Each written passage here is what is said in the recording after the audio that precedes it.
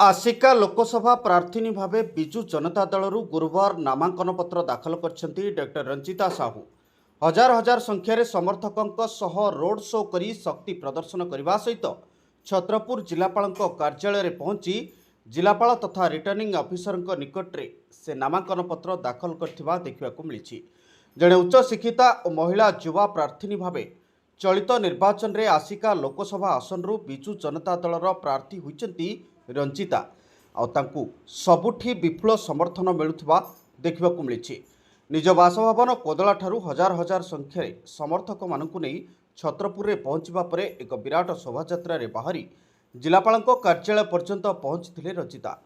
बाजा नृत्य प्रकम्पित होता छत्रपुर अंचल। तेबे नामांकन पत्र दाखल करी बेस खुशी अछंती रंजिता।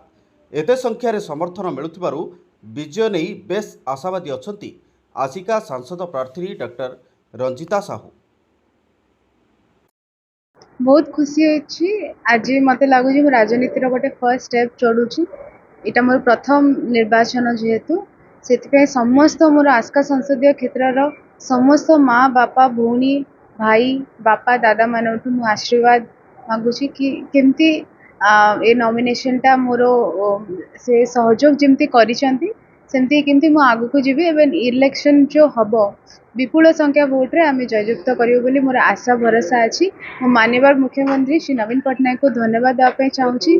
तांकर जहाँ क्रेज अच्छी तांकर जहाँ भल पाइबा अच्छी लोकों को जहाँ ग्रहणीय अच्छी से विजु जनता दल घरे घरे परिचित अच्छी से सबु प्रकार सपोर्ट मते मिलुची। जी अंचल प्राय प्राय बहुत संख्यार एकत्रित होते ये छत्रपुर स्थित जिलापाल ऑफिस पाखे निश्चित रूप से माने समस्ते मते परिवार भाया गोटे झील भाया ग्रहण करिसेंती एवं उत्साह तो निश्चित से देखिकी मोर आहरी प्रबल मात्रा उत्साह बढ़े।